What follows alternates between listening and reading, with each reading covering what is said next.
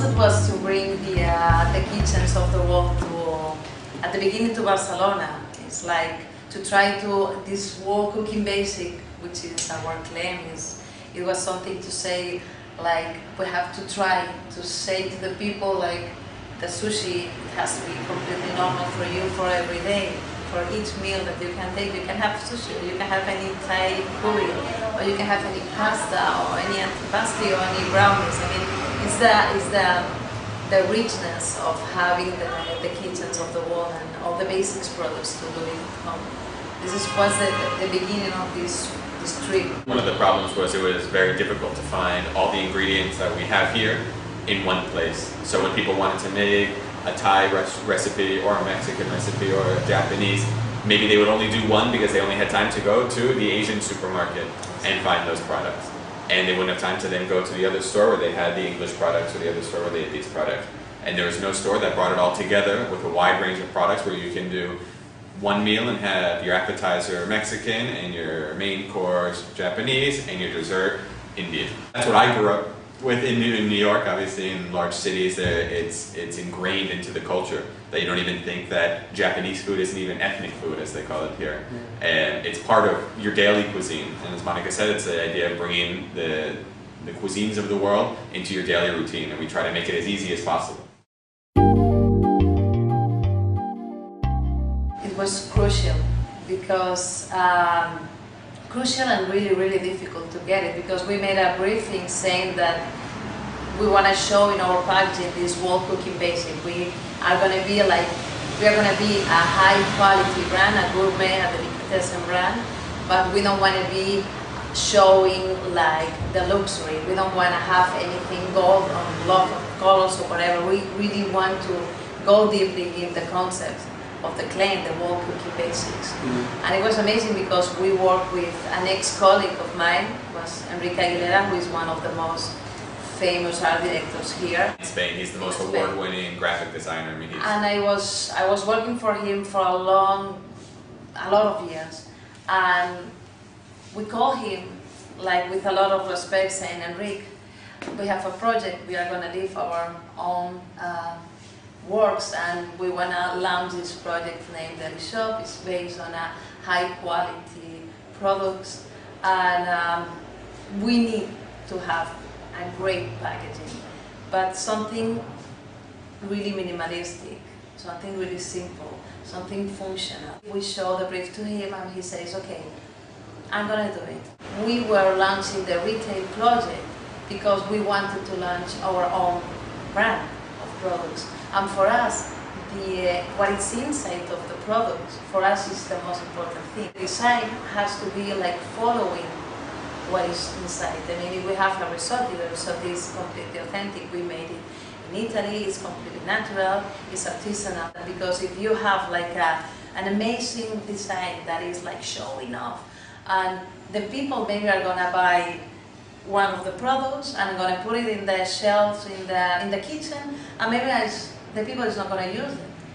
And what we really believe is in our product, in what is inside, in the quality of the product. It's amazing because the barcode is functional. It's not just an image. They look exactly the same, but when you look at the numbers, each one is different. He took the barcode and he made it like long, and it was the principal image. This is not easy to make a decision of having a packaging like this because it's really simple. We are only using white, black, and a Pantone like close to the green, and it's not really easy because here, at least in Spain, and when you are going to, I don't know, to other countries, London or New York or whatever, usually what people do in packaging is to try to scream new.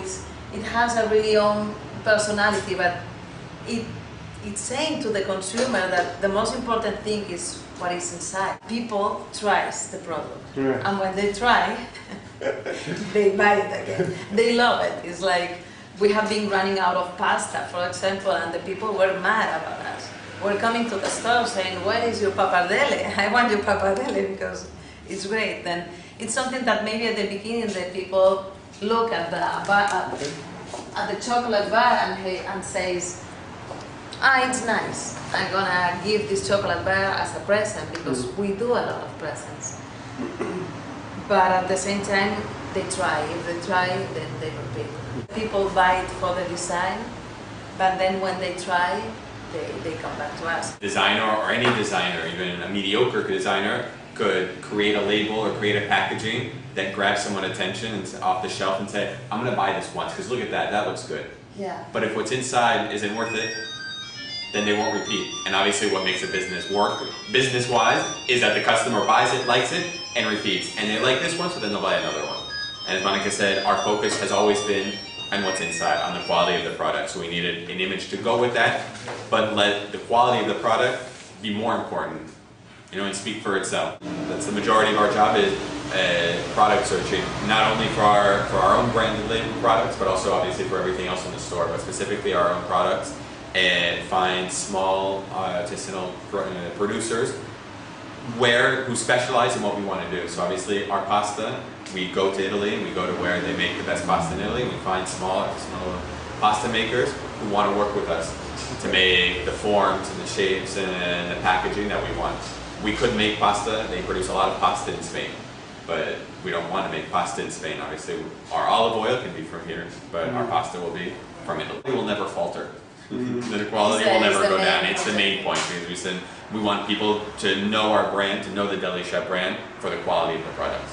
If we don't find more products that has the quality, the level of the quality that we really believe, we are not going to bring it. You are in front of Japan, Thailand, India, China, the Mediterranean, Europe, Africa, Latin America, and so on, and you have the basics products.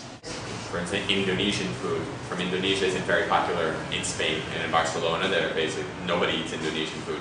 Thai food from Thailand is very big, Chinese, Indian, and so on, but Indonesian is not. But recently we've gotten a lot of Dutch clients, and in Holland, Indonesian food is very popular.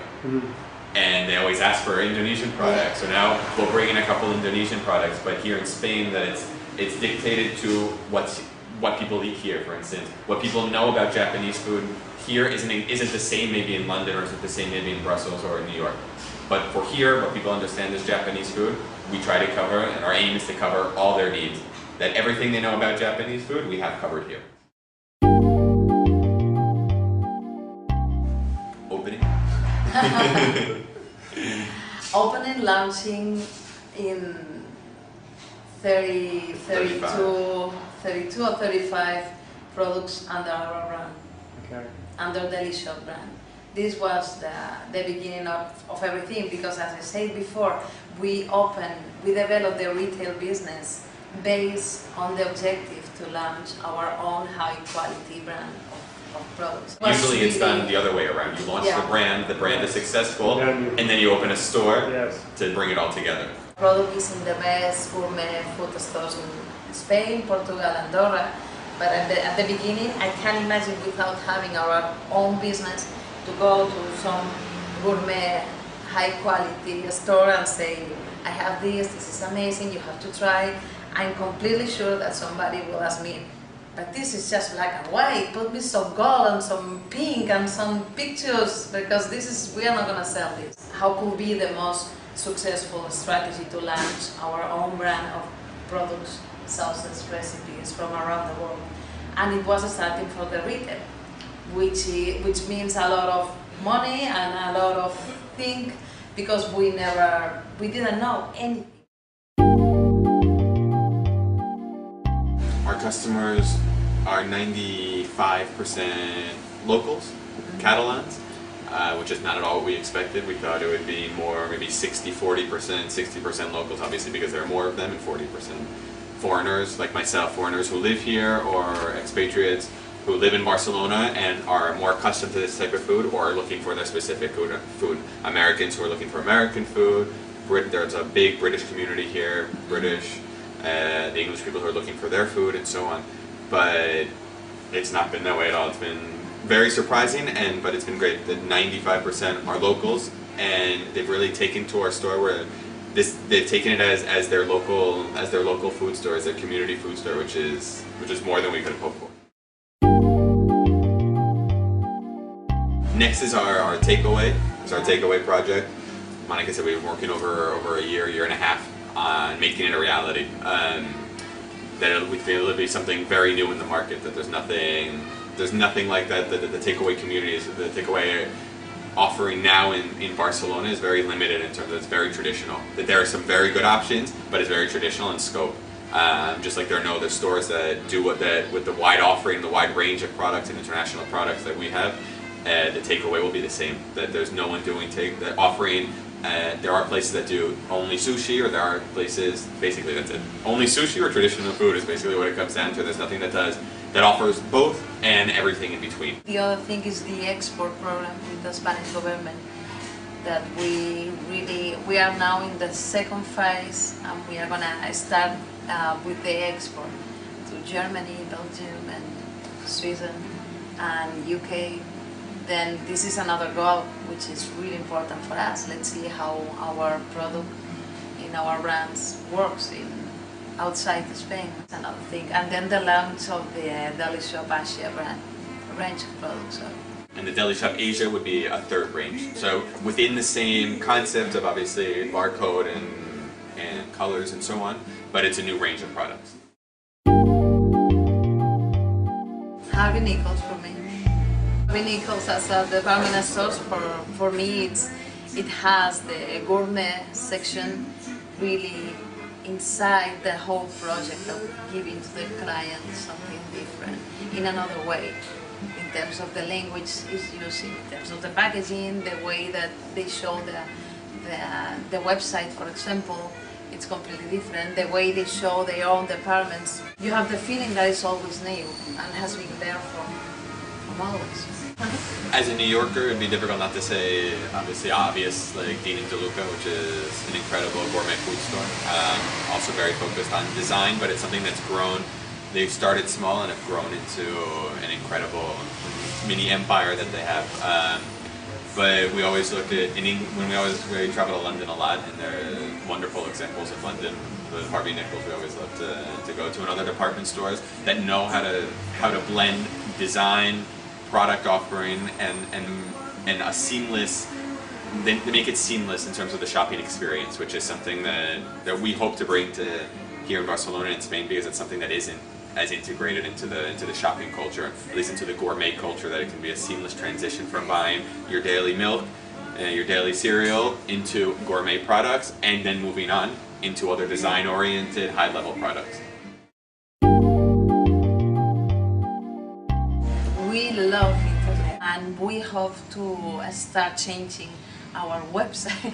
Hopefully Yes. by spring to launch a completely new site, and new content, make it much more modern. Finally, hopefully, achieve the translation of the in-store experience to the online experience. Cooking basics, then we have to be in the world. I mean, we don't have to be just here.